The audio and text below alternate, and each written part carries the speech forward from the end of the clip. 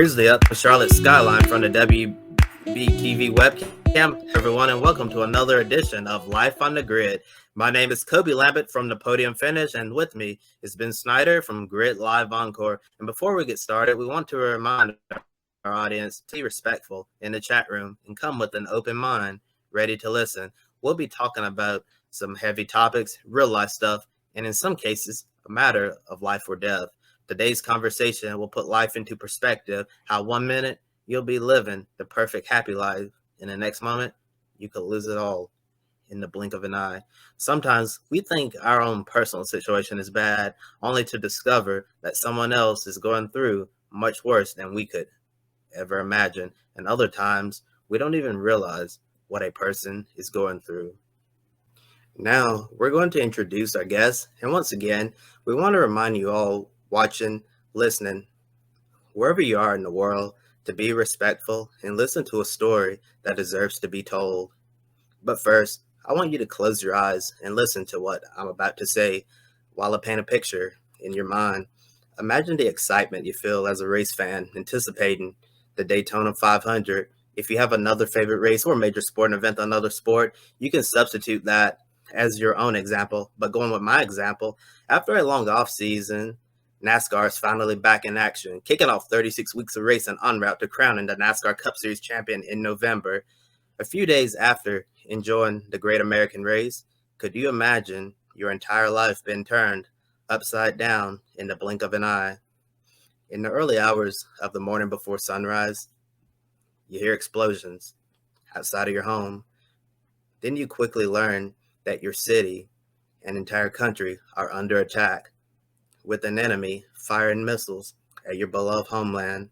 Once you realize the severity of the situation, you have to scramble to gather as many belongings as you can take with you, including your life partner, children, and pets, if you have any, to get the you-know-what out of town as soon as possible.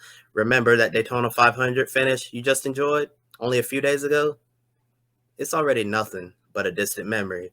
In under a week, in the grand scheme of things, it doesn't matter anymore. It's the least of your concerns.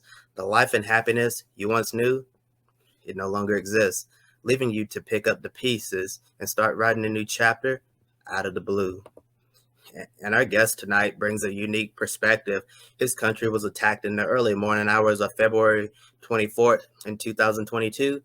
He and his family had to flee Kyiv, Ukraine, after Russia launched a full-scale invasion against his country, with Russian troops making advances to the Ukrainian capital. A year ago, he spoke with Dustin Long from NBC Sports during the early stages of the war. Now he's about to tell his story to Grid Network about life after 1 year of war in Ukraine. He's competed in the NASCAR Whelen Euro Series and currently works as a cameraman for Ukrainian TV.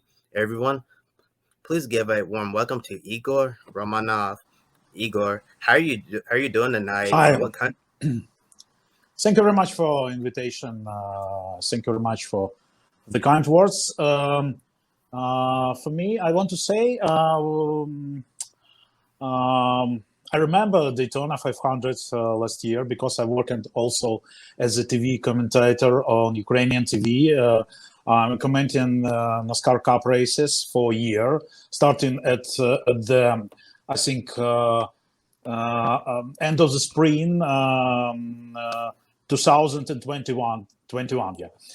So Daytona 500 2022 was the last race which I commented on Ukrainian TV.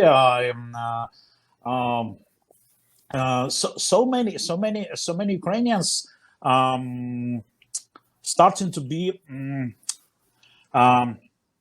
started to find information about the NASCAR, because this sport was not so popular here, not here, not in Warsaw, but in Kiev. But after our transmissions, after my commentary, I trying to prepare much more, many interesting information about the history of this racing, about the current situation in the NASCAR Cup Series, not only NASCAR Cup Series, but about Xfinity, about the Truck Series, about the ARCA Series. So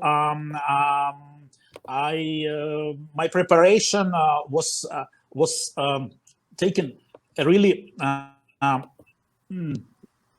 big amount of time, because I'm reading the books, not taking the information only from the internet, but I buying books from eBay about the history of American racing. So for this year, starting from the end of spring 2021 and until the last race, Daytona 500 2022, so many fans asking me a question. So many fans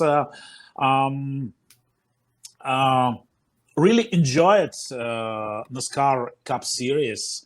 So, and now I have a Telegram channel, and we're also talking with fans about the NASCAR Cup, but I didn't have possibility now to make a live commentary of the races. Sorry if my English is not perfect. I'm trying, but I hope you understand me. Yeah, definitely, Igor. I can understand every word you're saying. I think you speak English really well. Really, thank you so much for sharing. I love you. Yeah, for sharing about NASCAR's popularity growing in Ukraine, and we're going to touch on that a little later in the program. But first, I want to touch a little bit about your thoughts on the war. And before we get into that, I want to say Grit Network is extremely grateful for you coming on to chat with us about such a difficult topic under difficult circumstances. You know, to start off the show before shifting gears to a more relaxed conversation about racing and who you are as a person. Last year, we did a special edition of Grit Tonight on the Russian invasion of Ukraine, highlighting the response from the motorsports community. A link in the video description below for more context. And Igor, I remember sitting in my bedroom on the night of February 23rd. It was already the 24th in Ukraine. I had a news broadcast on my TV, and they were doing special coverage in the Ukrainian capital of Kyiv, talking about the possibility of an imminent war. All of a sudden, just after 10 p.m. Eastern time on the East Coast, everyone watching the live broadcast from around the world heard explosions in Kyiv. Then we learned about explosions happening in other Ukrainian cities as well. A few hours later after sunrise, the camera showed a long line of traffic in Kyiv with people fleeing the city. We also saw videos of people lining up in Western Ukraine to cross the border into Poland for safety. Many chaotic, scary, and emotional scenes that'll never be forgotten. So, Igor, here's my question for you. 1 year later, what do you remember about the early morning hours of February 24th, 2022, and getting your family to a safer place away from Kyiv? Everyone was in shock. So no one believed in what this situation is a real situation, because everyone thinking what it's like game from the Russia side. So what they no one believed what it will be preparation for the real war, real aggression, because for every one of us is war started much earlier than 24 of February 2022, but this war started in 2014 after the Russia annexion of Crimea, of some parts of the Lugansk and Donetsk region. So but no one believed that something like in Donetsk or Lugansk is possible in the capital of Ukraine. So people wasn't really in shock. So we woke up early morning, and after the really loud explosions. So after that, we listening to radio, listening. Because no one understands what happened. So we understand what this is probably Russian attack, but Russian attack only on Kiev, only on the whole country. So no one have this information. I think people trying to understand something probably next day, because the 24th of February was a really like a day in the fog, because it was house in everything, house on the streets, house on the heads of the people. So I remember it was really gray and cold day, not so frozen, not frozen, but cold. It was cold, and humidity was high. So it was end of the winter, Ukrainian winter. So it's a normal weather. It's really gray and not optimistic. So everything looks like in cinema. So probably the understanding of all the situation came for every one of us a little later. So probably in a few days, the first things you understand what you are planning so many things. I was in the European NASCAR tests a week before the start of the war, and the day before the start of this active part of the war, before the 24th of February, I'm planning how to. I'm thinking about my logistics to the first rounds of the European NASCAR, which planned to be in Valencia in Spain, because it's really far from Kiev. So I'm trying to thinking about the logistics. So I'm not believe what something, but so many things tells us what situation is really dangerous, because I was in Italy on the tests with my team, not only Motorsport, and so many companies, flying companies. Sorry, help me if how to say sorry. Flying company which makes civilian flights. Sorry, forget the word. So so many companies are closing the routes to Ukraine. So many companies canceled their flights to and from Ukraine. So many companies are also Ukrainian companies are taking their flights and going to the European airports, because situation was really dangerous from as we hear from TV. I'm working on TV, so I'm hear about this possibility. What war will start in a few days every time, but no one believe in serious about this for this. So probably the next day I understanding what all my plans, all my dreams, all my so many things was destroyed, because I didn't understand my future. It was probably the hardest things of this not misunderstand, but if you did understand your future, if you don't understand what will be tomorrow, probably is the hardest thing of the life in the life. I don't know how to say more, probably more emotional. So but it was not the best times of my life, because you are watching TV, you see explosions around the country, you see explosions in Kiev. Yes, I was in the west of Ukraine on this time for the next few days, and waiting for the call from the head of my TV company. But anyway, I'm hearing explosions on the west of Ukraine also. So it was really crazy and hard days.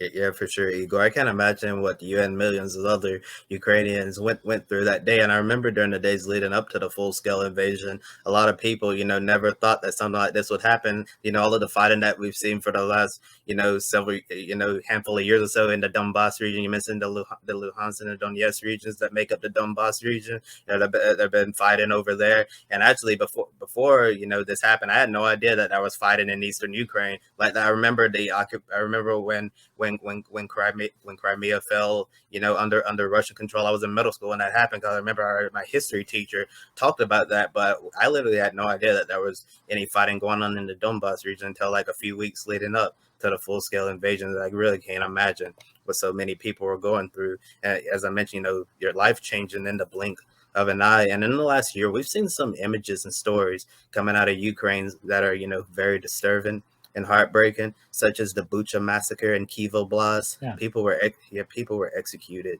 some with their hands tied behind their backs. I don't think I'll ever get those images out of my mind. It was really, really difficult to see something like that. And Ukraine ended up winning the Battle of Kyiv and stopped the capital from falling. But nothing could have prepared the world for the horrific scenes from Bucha. We've also seen horror in Mariupol with civilians being directly targeted, and we still don't have a clear understanding of the situation there because it's currently under occupation. A missile designed to destroy an aircraft carrier struck a residential building in Dnipro. I believe it was in January. A lot of people have also been paying close attention to the intense fighting for the last few months in a city called Bakhmut, and that's just a small sample size of what's been happening in Ukraine for the last year. So, Igor, on a personal level, have you been handling the emotions for the last year of seeing your country being attacked and so many people having their lives senselessly taken away from them? That's crazy. I have so many emotions because it's really hard to describe. It's really hard to say about it. But every day from the 24th February, now it's absolutely different. So with there's many emotions because this situation is continued, because we are not understand what will be tomorrow. We see what Russia is trying to attack Ukrainian cities, villages. We see in the situation, this really hard situation in Bakhmut. And I don't know how to describe my emotions, because it was sometimes I'm crying, sometimes yes, because I am feeling something like a black hole inside me.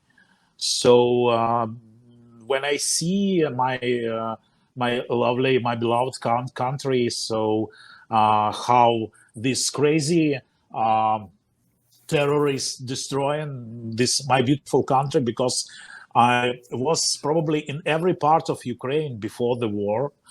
I'm for many years I'm working on TV, so I have many possibilities to visit any regions. Ukraine is really perfect. Ukraine is really beautiful in different seasons of the year. Is also beautiful the east of Ukraine, and absolutely different, but also beautiful the west or south or north. And if you see cities like Chernihiv on the north of Ukraine, you see the hotel when you leave a year ago, when you was on a business trip, and this hotel was destroyed by a Russian missile. It's crazy. I didn't understand why. I understand because of the Russia want to take more territory. So they not agree with our way to Europe, with our way to normal life. This is a country of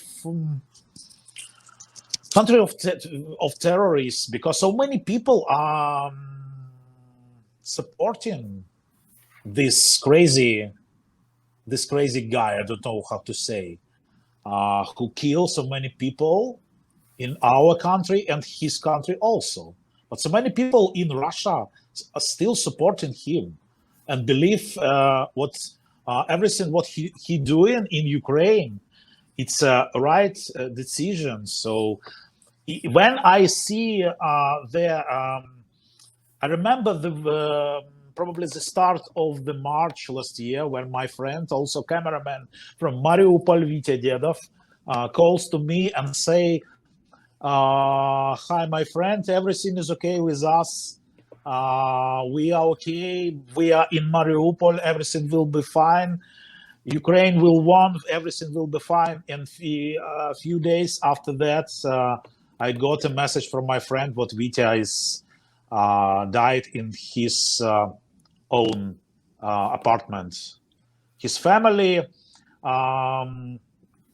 everything is okay with his family, but he was in the kitchen when the missile come to his building. When the missile destroying this building, and he dying on the eyes of his wife and children. It's crazy. He was a really nice guy, really very talented photographer and cameraman. You can find many photos of Mariupol which he took before this war. There's absolutely beautiful photos of my friend. So and so many stories like this. It's a crazy. It's hard to understand the emotions because I really want to cry sometimes. I think I'm not crying before. Probably it was so many years ago, but now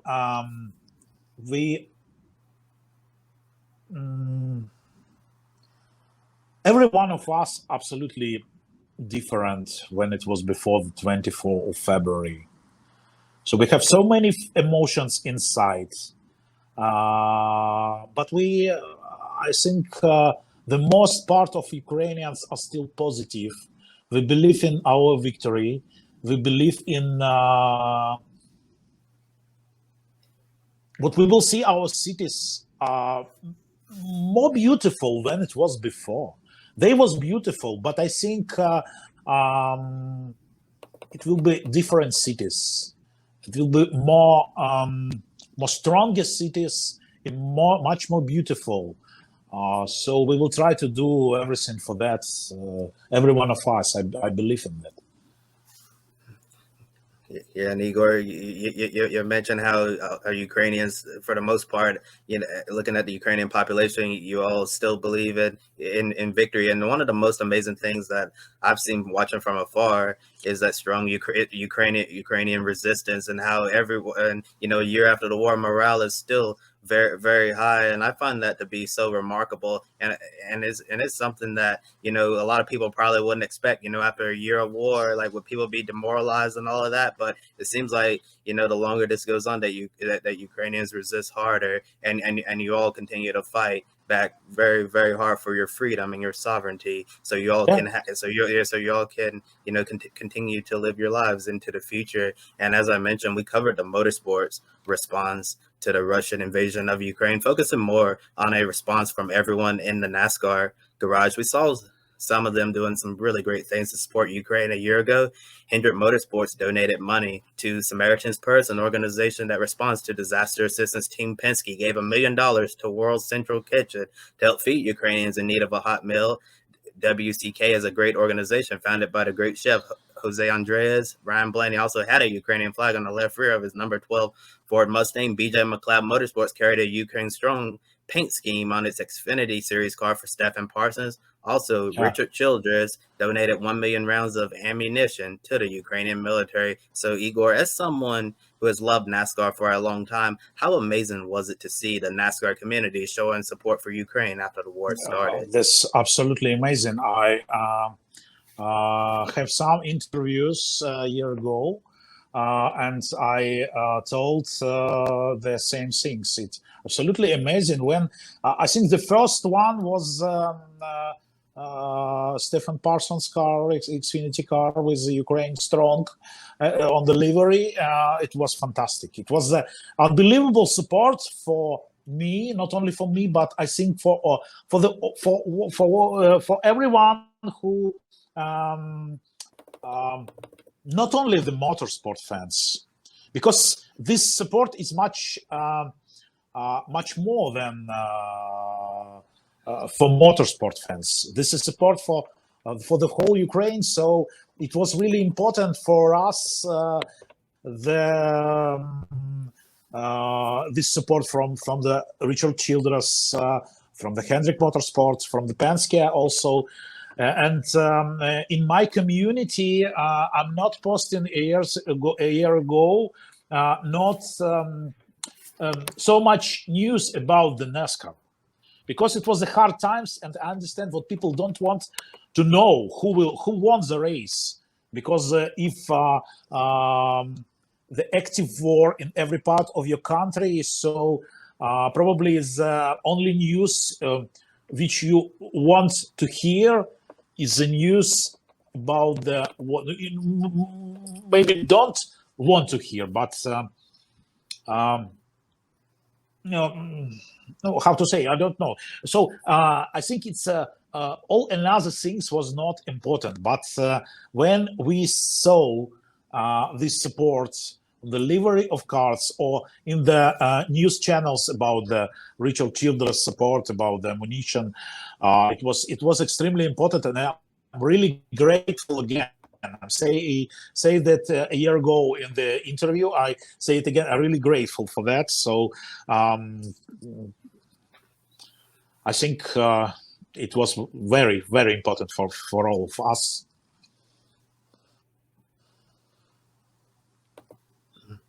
Yes, very important indeed. And I have one more quick follow-up question for you. I'm sure you remember when Spire Motorsports ran a special paint scheme in Ukrainian colors for Josh Bilicki. It had the names of major Ukrainian cities on the car, such as Kyiv, Kharkiv, Mariupol, Kherson, and Mykolaiv. On the left and right sides of the car, it had Slava Ukraini on it. In the last year, many around the world have learned the meaning of Slava Ukraini, and the response from Ukrainians when someone says those two powerful words, Heroyam Slava. For anyone out there who doesn't know the importance of Slava Ukraini and Heroyam Slava, can you explain what those words mean and why it holds a special meaning for all Ukrainians?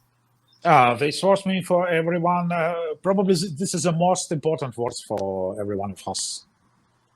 So Slava Ukraine, the glory for Ukraine. So it's a really important word. So and also for Slava, for heroes, our heroes fighting for our independence every day, who lost their lives every day. So many really bright people lost their lives on this crazy war and this crazy fighting, and many of them I know them personally. It's a huge tragedy every time, but every one of us is fighting. Someone on the informational battle line,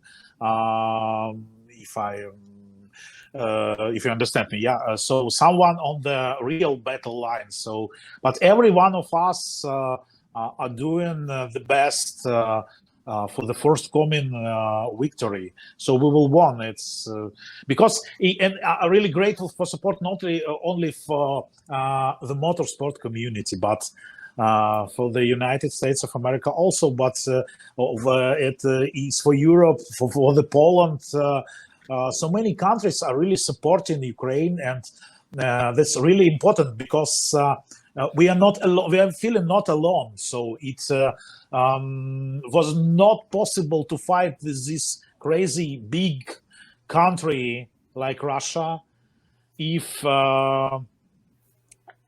we did not get the help from the Western countries. So it's really important for every one of us. But and I want to say thank you for the NASCAR from me, and also from another one Ukrainian European NASCAR driver, Zhenya Sokolovsky. So NASCAR, two Ukrainians in NASCAR, in European NASCAR, but two Ukrainian. Unfortunately, I didn't have possibility to to drive my favorite car, but I believe and it will be possible in the future because I want to back one day. Also, my dream is. Sorry, I'm talking about work. I'm talking about racing because these things are really important because this is all about the motivation. So the motivation to win is motivation also to win in your life with different things. So I want to back on track. I don't know when it will be possible, but I have a dream to drive at Daytona. My friend from Portugal, Miguel Gomes, my friend from Portugal, we was with him at the first for us Euro NASCAR test in France 2019. It was December 2019. And after that, we are connected with him so many times. He's a really nice guy, and you know what? This year he making his debut at the Daytona, legendary Daytona track, the ARCA race. He's driving very well during the race. So, as I remember, only technical issues was the problem. So he's finishing, I think 33 or something like this. But during the race, he was on 11th place or 12th place. It was a really great race for him, first time. And I asking him before this race, we were talking with him, asking Miguel, can you took with you inside the car the part of my dream? I want what the part of my dream. It's also driving with you at Daytona Super Speedway. He says, okay. So it's important because when my dream was in Daytona with Miguel Gomes, I believe that one day I will do the same thing. In personal, so I want to do this. I want to realize my dream because NASCAR is really important part of my life for many years. And if not in driving, I want to work in NASCAR system. I want to help the NASCAR to be more popular in different countries. So I think it's possible. So. I can help. I want to be in the system. So I want to work with NASCAR. I don't know in which way. Probably I will try to drive again the car. Probably one day I will try ARCA car. Why not? If I will have possibility and budget needed. But anyway, I want to promote my favorite sport in different countries, in different places. So also here in Poland, why not? So Yeah, I remember watching the ARCA race. I remember seeing Miguel come over. It was really nice to see him coming from the NASCAR Whelen Euro Series and run on the high banks of Daytona. I'm sure a lot of us would be really excited to see you compete in an ARCA race at Daytona as well someday, Igor. And this is a good transition into our next segment. We're going to bring Ben back on. Ben has a show called Grit Live Encore here at Grit Network, and he closely covers the ARCA series. So if you're able to make your dream come true to compete at Daytona in the ARCA race, Ben will surely be covering you here at Grit Network. And with that said, I'll let Ben have some words with you. Hey, Igor, we appreciate you sharing your thoughts on the war in your home country. I know it's never an easy thing to open up about such a difficult subject and be vulnerable in front of others, so we really appreciate that. But now we'll shift gears to learn more about who you are on and off the track. I know you've been a fan of racing for a while and became a competitor in the NASCAR Whelen Euro Series a little bit later in life than a lot of other drivers. So how did you first become interested in motorsports, and what made you decide to become a driver yourself? Oh, for me, it's a really long way. This way is not typical. Probably I'm starting to watch motorsports when I was 16 or 15 years old. It was really hard to find something on the Soviet TV because it was the end of the Soviet era. But only Formula One it was possible to watch on the Russian part of our. We have, I think, 3 or 4 TV channels. So one of them was second channel of Central Television from Russia, and it was possible to watch live broadcast from the Formula One races. And so when I saw it for the first time, I say, "Wow, it's a fantastic." I want, but before this, I'm watching the football games and hockey, football, and now from this moment, all my interest go into the motorsports.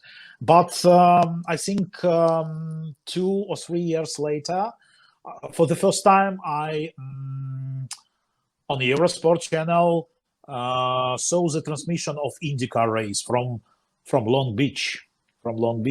It was I think 1994, and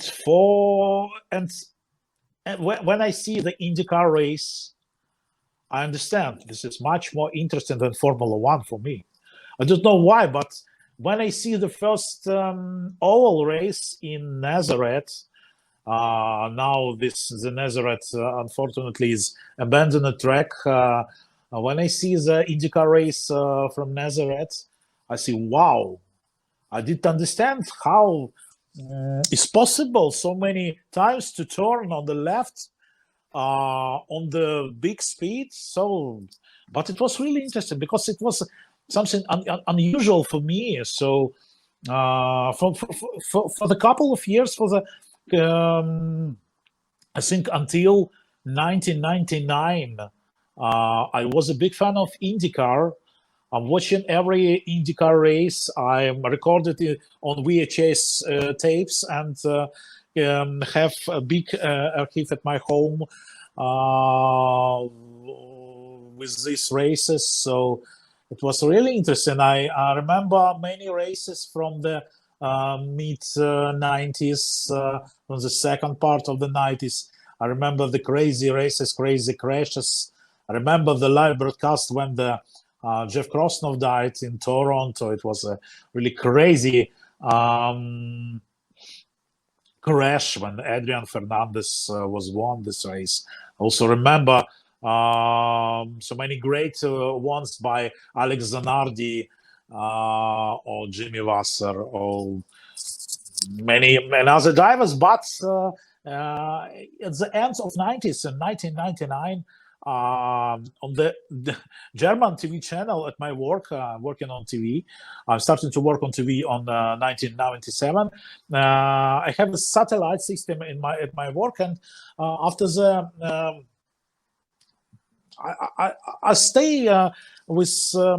I'm trying to find something on this satellite TV after the some filming after some work, and I found something absolutely unusual because it was the cars which I didn't saw before.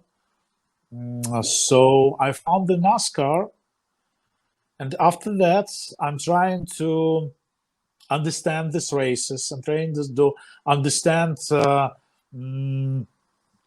who driving these cars, what is which on the how to.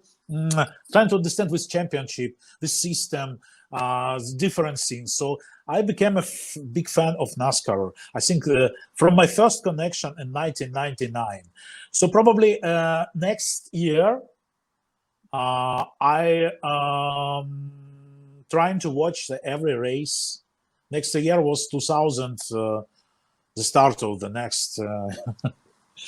It was I'm trying to do every race and to solve the every race. And Bobby Labonte was a champion of 2000, and I remember I think it was my first NASCAR hero, because I remember his races, really supporting him when I watched these races, and really interesting things when I was in France, 2018, as a photographer. I came to European NASCAR Series race on oval. It was a small 600 meters oval in France, and I meet my hero, Bobby Labonte. I told him about what I saw. He's won. I remember he's won in the NASCAR Championship, NASCAR Cup. He said, "Wow, you're from Ukraine." I don't know anyone from Ukraine who a fan of NASCAR. So I told him, yes, I'm a big fan of NASCAR, I'm not have a big racing experience, but I want to try. He said, okay, if you want to try, you can try. So in European NASCAR is possible. So you can make some tests, and why not? My racing career is starting really late, later than usual. So 2016 only, I'm going to the racing school. I was 40 years old. It was my big dream from my early years, yes, because I want to drive the real racing car. I remember what in my dreams was racing cars when I was young, but I didn't have possibility to try, because I'm trying also only the go-karts, so but not often, but I'm trying sometimes. But 2016, I understand what if you want to realize your dream, you need to do something for that. So I'm going to the racing school in Kiev. Took a course of the racing driver course, and after that, at the end of the year, I was on the starting grid of the Ukrainian Cup, of the touring racing on Chaika circuit. We have only one racing circuit in Ukraine. It's the Chaika. It's very old and dangerous. I really hope that after the war we'll have possibilities to build something modern, because Chaika, it's a really old school, but it's nice. I think it's a nice school for everyone who trying to drive there. So my racing career started at the end of 2016, and I driving in the Ukrainian Championship for the next year. And also we have some kind of oval races, auto speedway. This is 400 meters tracks. Dirt tracks, and so I participate in this kind of racing also. And after that, I'm trying to find my way to the NASCAR.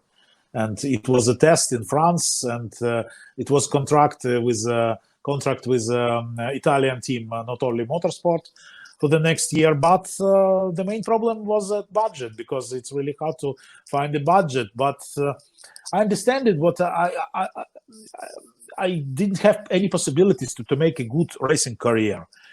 In a way, it's a great experience. It's a way. It's something unbelievable. It's a way to dream. So when you got inside the car, when you drive in this car on the track, in the absolutely legendary Zolder or Brands Hatch, it's like a dream. You understand what you are really make big steps for that. So it's really important for everyone to make steps to something. No, if do something. Sorry, oh, yeah, forget how to say. So really, really important for everyone to come closer to come close as possible to the dream, I think. Well, I'll tell you, I miss Nazareth Speedway as well. I live about 2 hours south of Oh, Nazareth, Pennsylvania, and Delaware, so it breaks my heart to see that the track is as dilapidated as it is and completely abandoned. So I appreciate that was one of the tracks that got you into the sport through IndyCar racing. I certainly miss that track as well. You mentioned this a little bit as well. Obviously, you're currently working for Ukrainian TV as a freelance photographer and cameraman. We've seen some of the great photos you've taken on social media, including an event that happened recently at an ice track. Of course, the Whelen Euro Series race on ice that was scheduled to take place in Finland. thank you very much. Got postponed with the supply chain issues.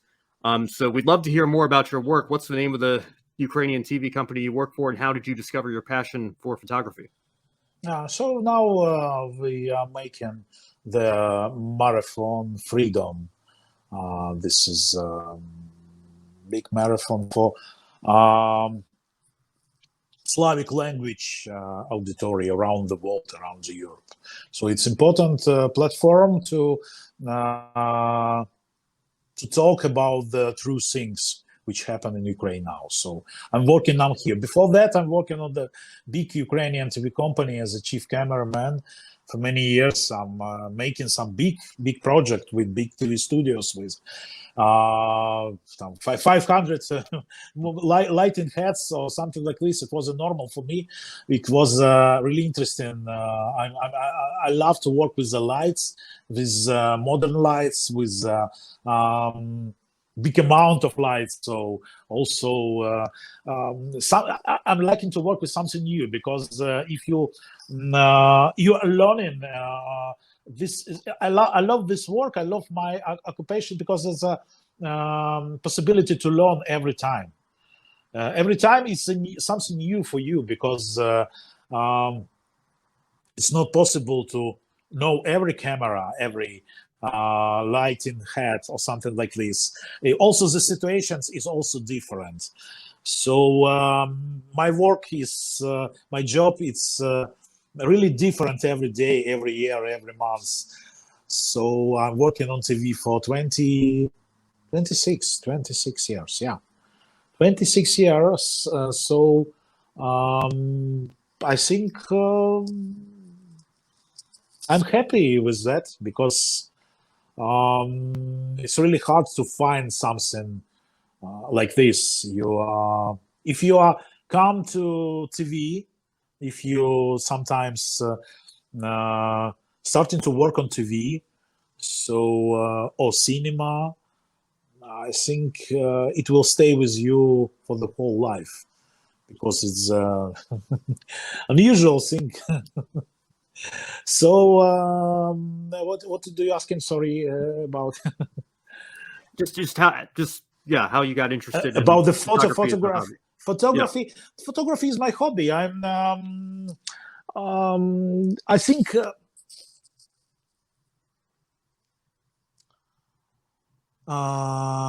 photography is the possibility to realize his own creative ideas which you have inside. So I'm trying to make some something like I'm not making photography for the commercial. So I'm not selling my photos. So the photos is only which I like. So I want to take photos which I like. So if I go on the some event, autosport, motorsport, so I'm trying. I want to understand. I want to feel the atmosphere. So I'm trying to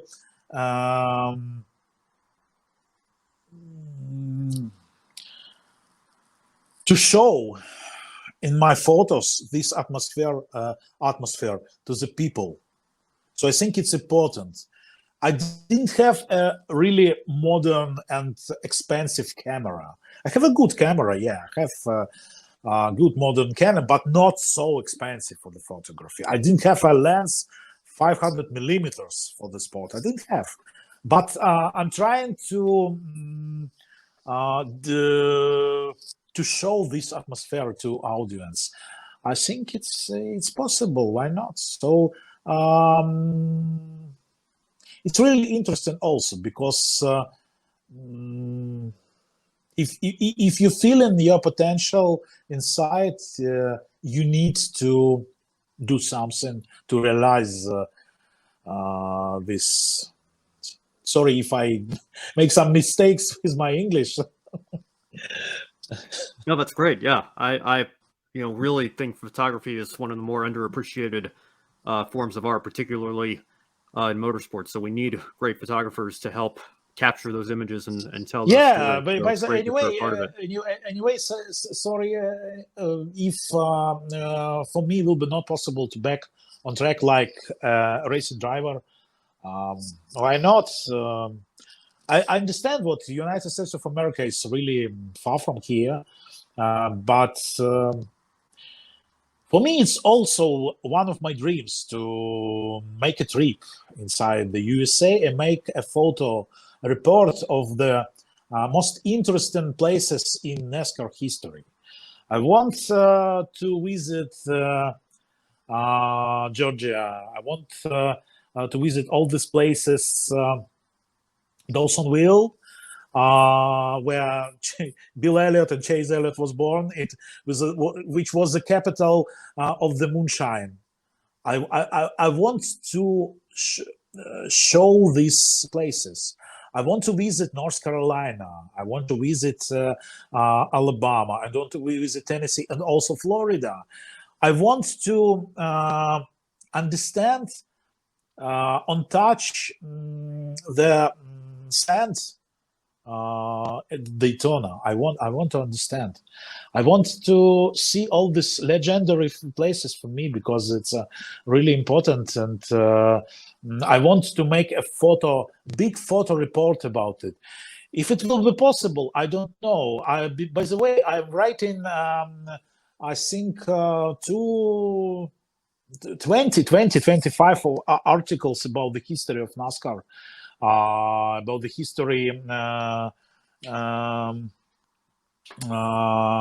races, about some interesting situation about the Jock of Loca Monkey or something like this. So it was really many stories, and I published them on my Facebook. It was on Ukrainian language, but probably I need to translate to English. Maybe someone will read and say, wow, Ukrainian know NASCAR history very well.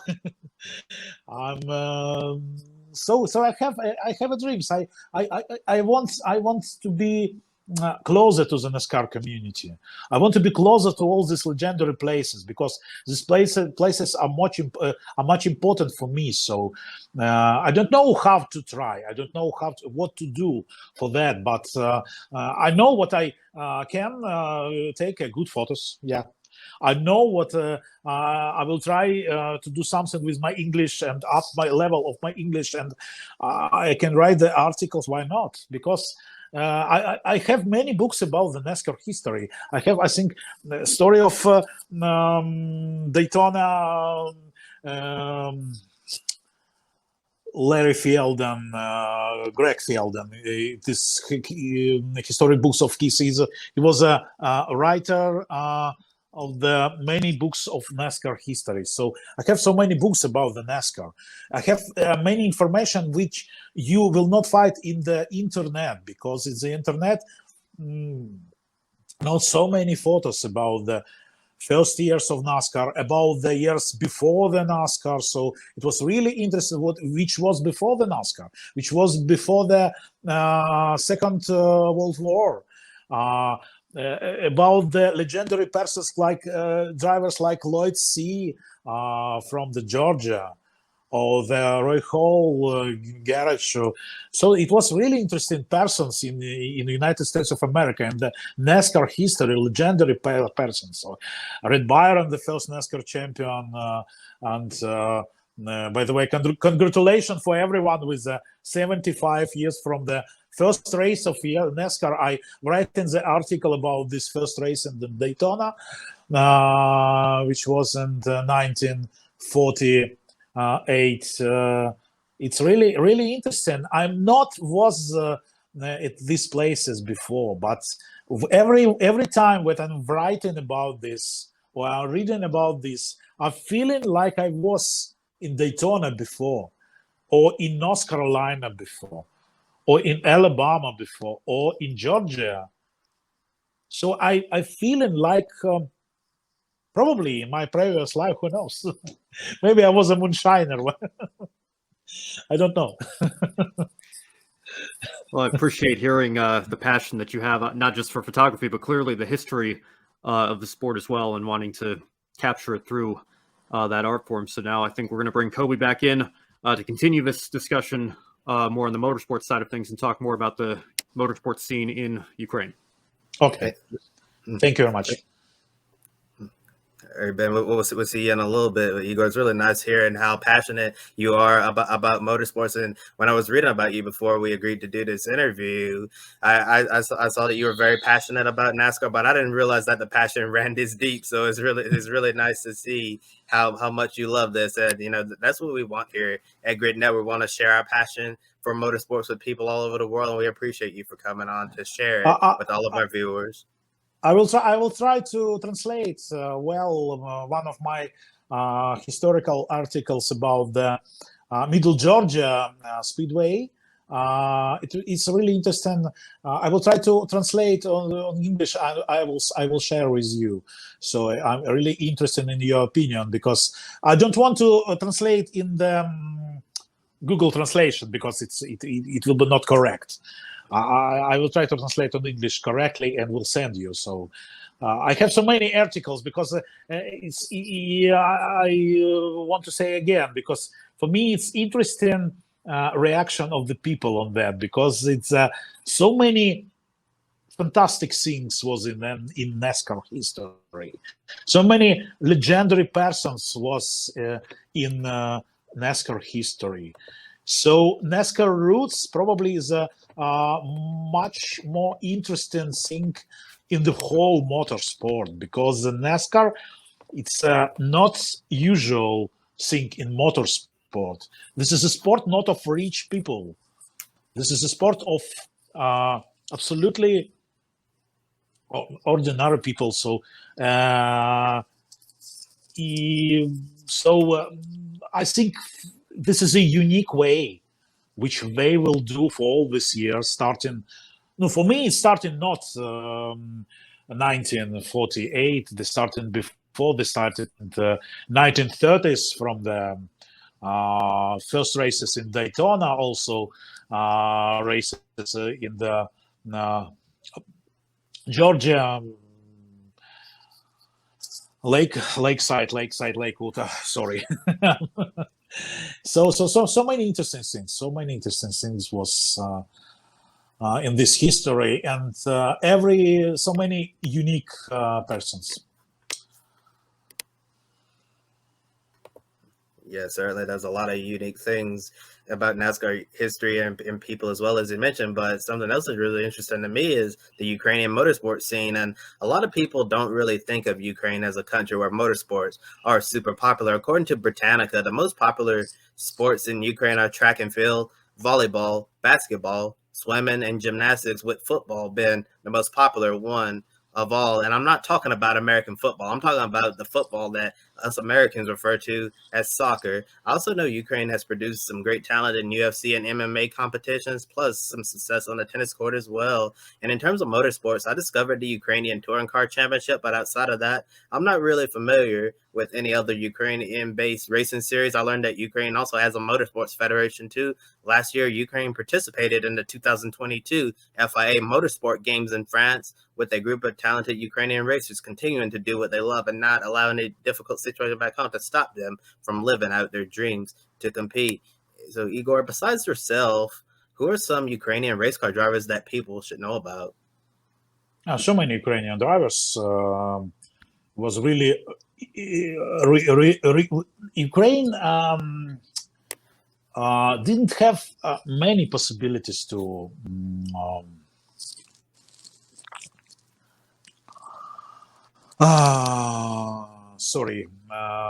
Ukraine didn't have many possibilities in motorsport because we have only one circuit. We have only one old circuit, Chaika, in Kiev.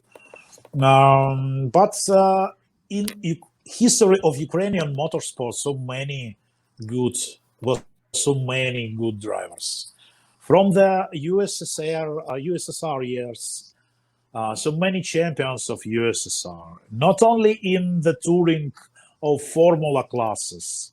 It also was in rally. It also was in different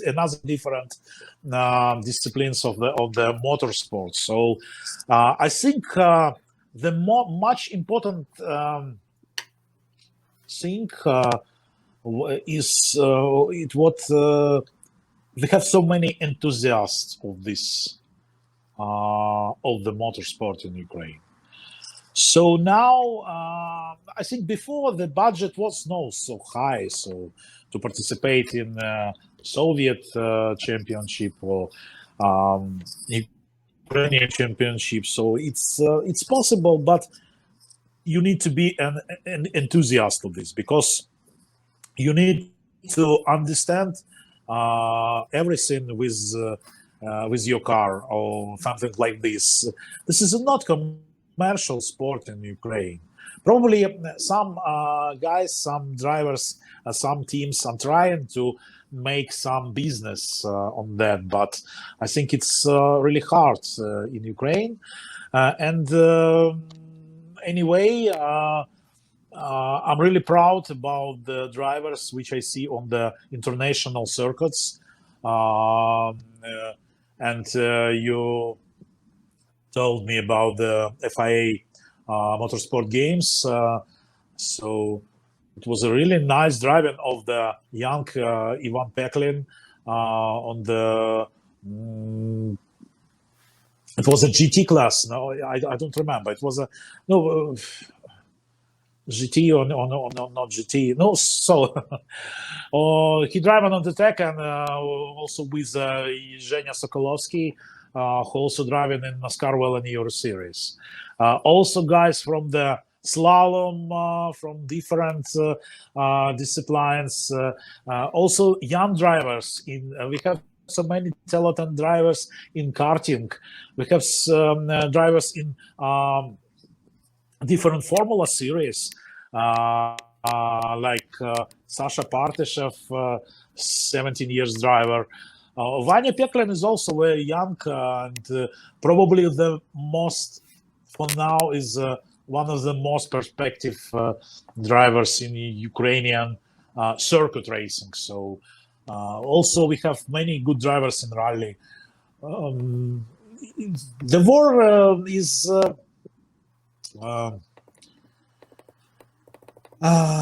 sorry, probably you can ask me. Yeah. So now getting into your career competing in the NASCAR Whelen Euro Series, looking at the European version of NASCAR, we've seen some pretty decent talent coming out of this series across the pond. And starting with the four-time series champion, Alon Day from Israel, we've had the pleasure of getting to see him compete in select NASCAR races on America over the years. We've also seen Loris Hezemans as well in recent seasons. He ran some cup races on road courses last year with Team Heselberg. He's won the championship in Europe twice. Anthony Kunthen, another two-time Euro NASCAR champion. He made some starts in the NASCAR Xfinity Series and what is known today as ARCA Menard Series East. Jacques Villeneuve at Formula One world champion, Indianapolis 500 champion, IndyCar champion, a very diverse racing career. He competed in Euro NASCAR and won 2 races. We've also had some American drivers compete in Euro NASCAR that fans in America will recognize. In 2015, Jeff Earnhardt ran at Brands Hatch from 2017 through 2019. You already mentioned him. NASCAR Hall of Fame driver Bobby Labonte competed in the series, which included a full season in 2018. Schneider ran full-time in 2019 over in Europe and finished 6th in the Euro NASCAR 2 division. Jennifer Jo Cobb got some Euro NASCAR races on her resume in 2018 and 2019, but focusing on your career, Igor, you entered select races in 2020 and 2021. In 2020, you competed in 4 races in Euro NASCAR 2 at Zolder in Croatia. Then you stepped up to Euro NASCAR Pro in 2021 to compete at the iconic Brands Hatch. During your time in the series, you drove for a team that you already mentioned, Not Only Motorsport, and I've seen lots of cool pictures online that you've posted driving that Euro NASCAR car. So how was your experience racing in the NASCAR Whelen Euro Series with Not Only Motorsport, and when should we expect you to drive again? This is a fantastic experience. Probably one of the best things which happened during my life. So I'm really proud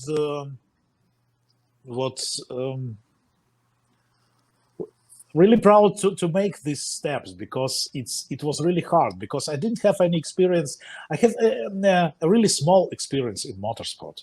I understand what I want to try.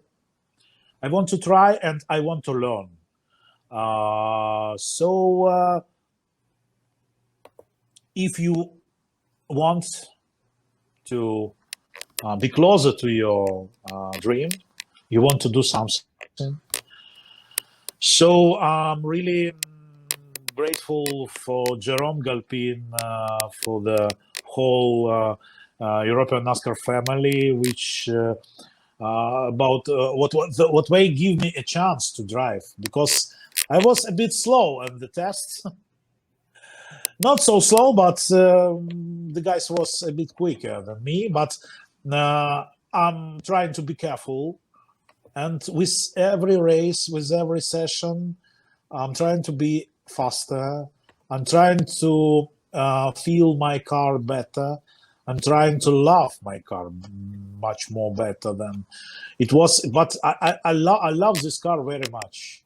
I want to back one day, because this is an unbelievable feeling when you are driving this 400 horsepower car on this iconic tracks like Brands Hatch. It's really short configuration. Indy's circuit. It's when I come to Brands Hatch before this race, I watch this race. I'm driving on the simulator before.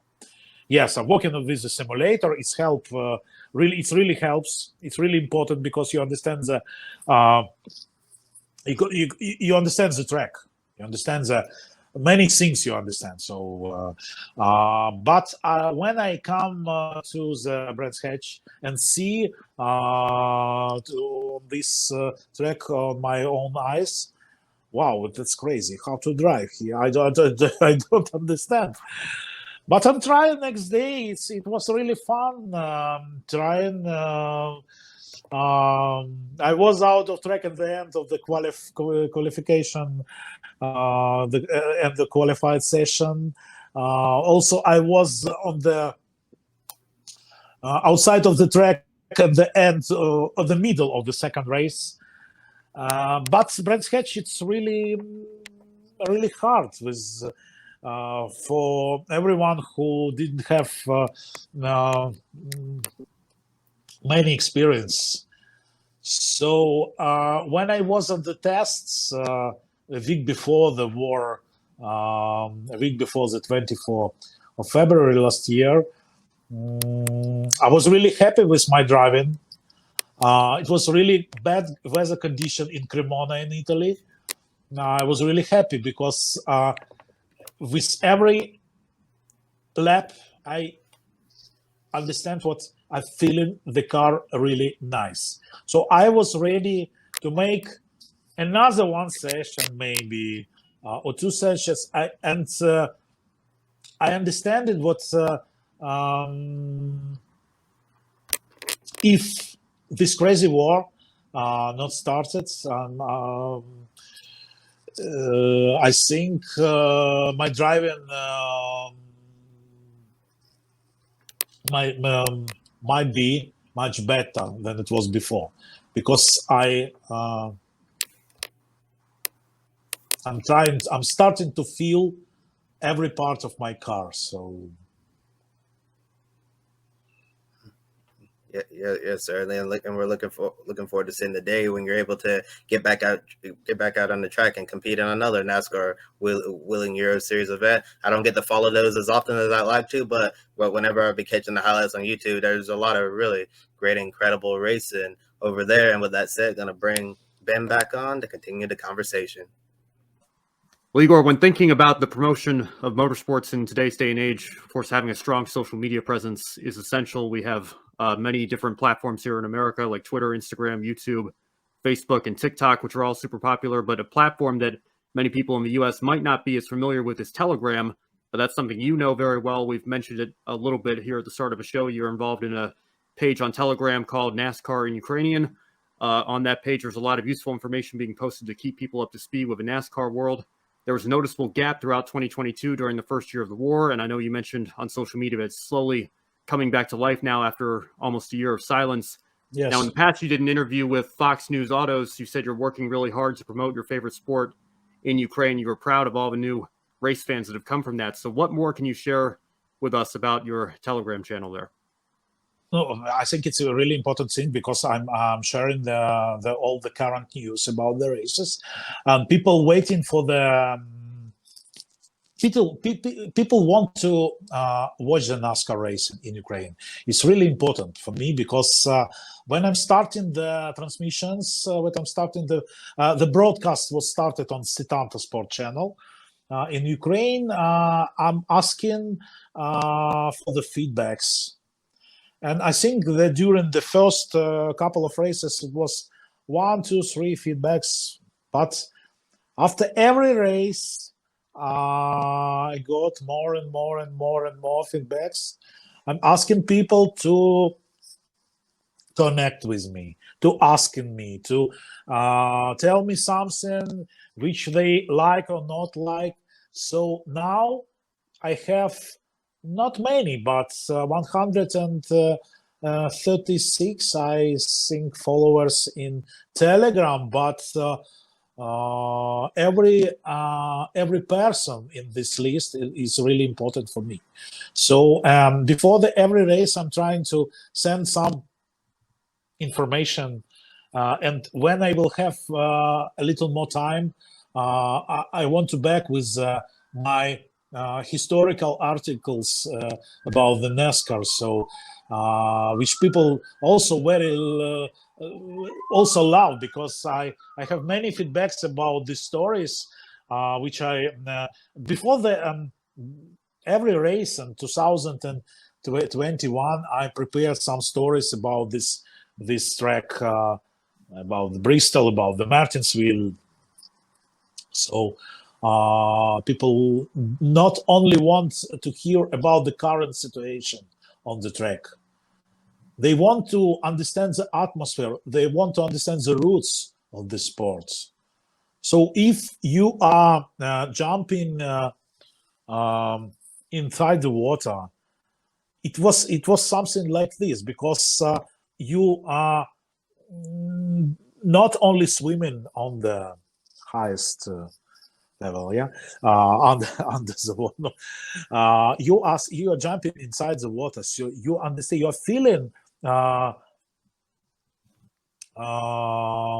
Your skin is feeling this water in every part. So this the same thing with the NASCAR. So I'm trying to jump in this NASCAR water with my audience, because I think it's interesting. And now every time I have feedbacks, not only on this channel, but many feedbacks on the private messages. Unfortunately, now I didn't have any possibilities to comment races because Sitanta is not working with NASCAR anymore in Ukraine. And but who knows? Maybe it will be possible in the future, because people are waiting. People want to see races again with my commentary. They don't want to. They want. It's interesting for me. It's I love to see the original commentary, because it's a really big fan of many persons on American TV. And yesterday it was really fun to hear Danica Patrick.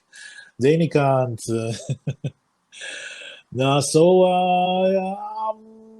but people want to hear my commentary, because for them it's really interesting. I'm happy with that. I'm proud of that, because I'm making a really big job with that to prepare. It was also the new experience for me, because I was not working as a commentator before. I'm listening to the commentators for many years, but I'm not working as a commentator. And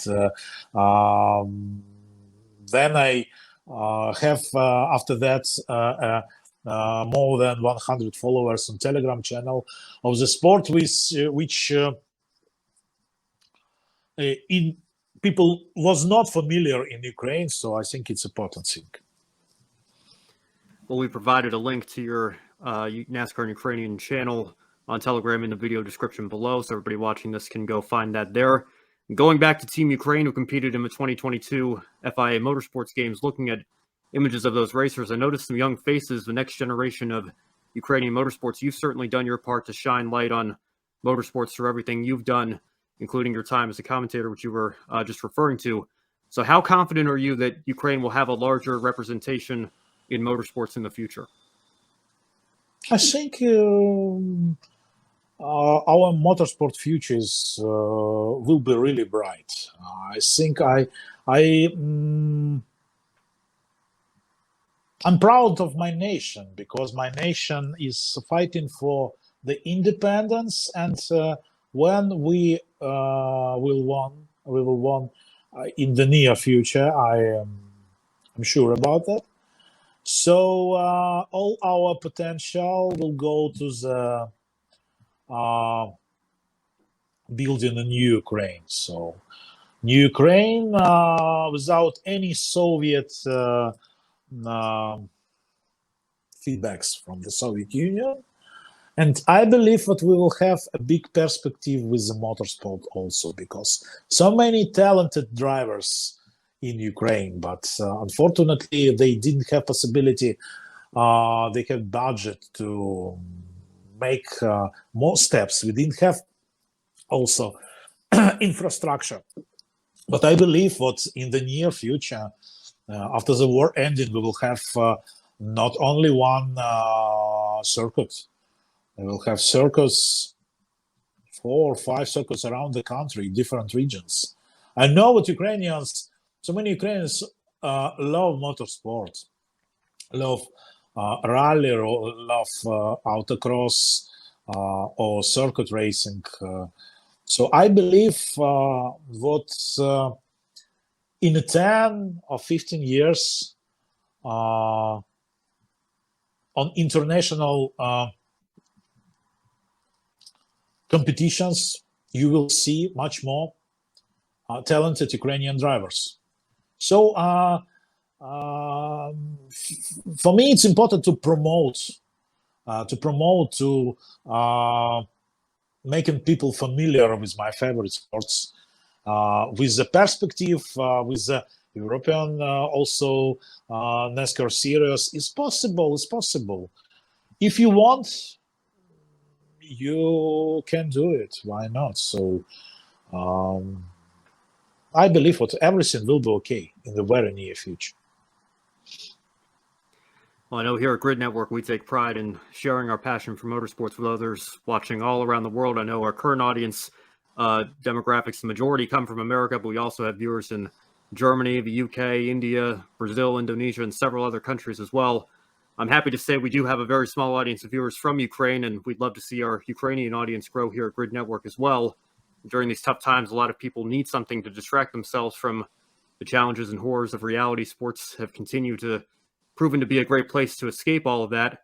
And we at Grid Network strive to be a place for everyone. And we'd be honored if our programs can help people watching from anywhere in the world get through their day.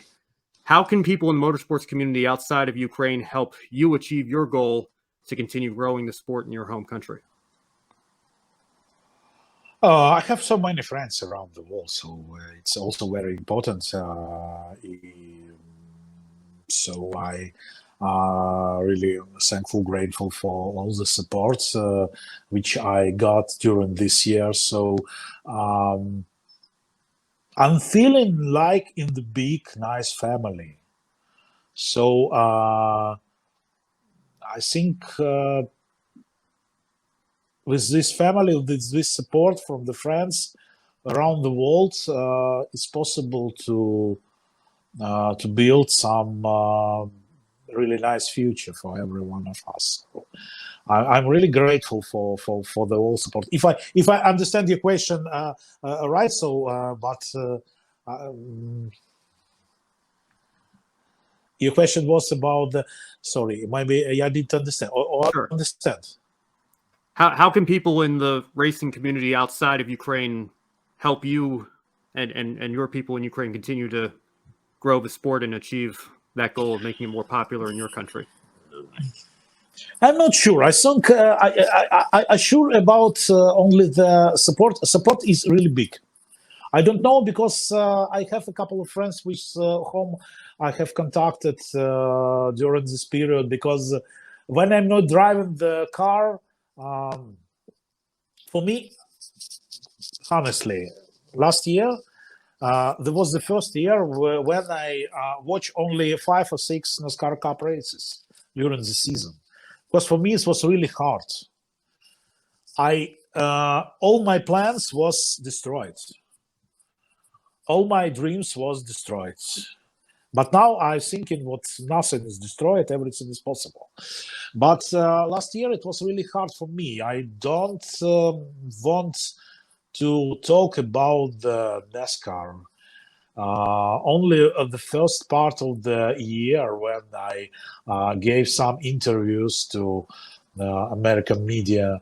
But after that, I understand what this is probably one of the biggest part of my life. I want to back to my community. I want to talk with racing drivers around the world again. So with journalists around the world again, because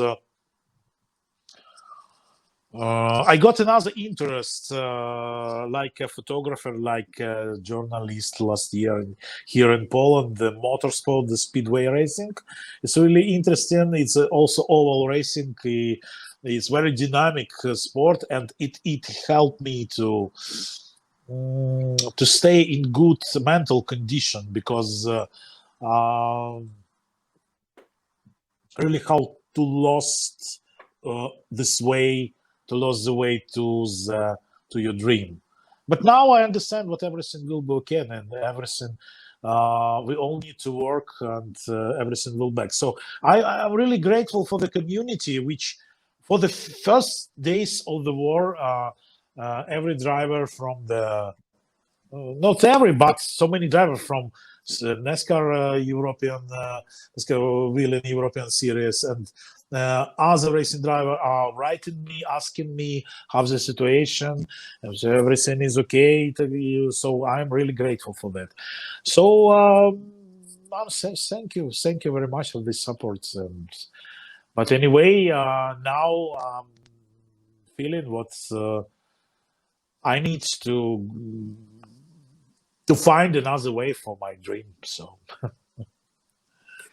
Igor, we're so grateful that you've taken the time out of your day to speak with both of us, and we're going to bring Kobe back on here and close the show out. But thank you again for telling your story and sharing a little bit more about what you do.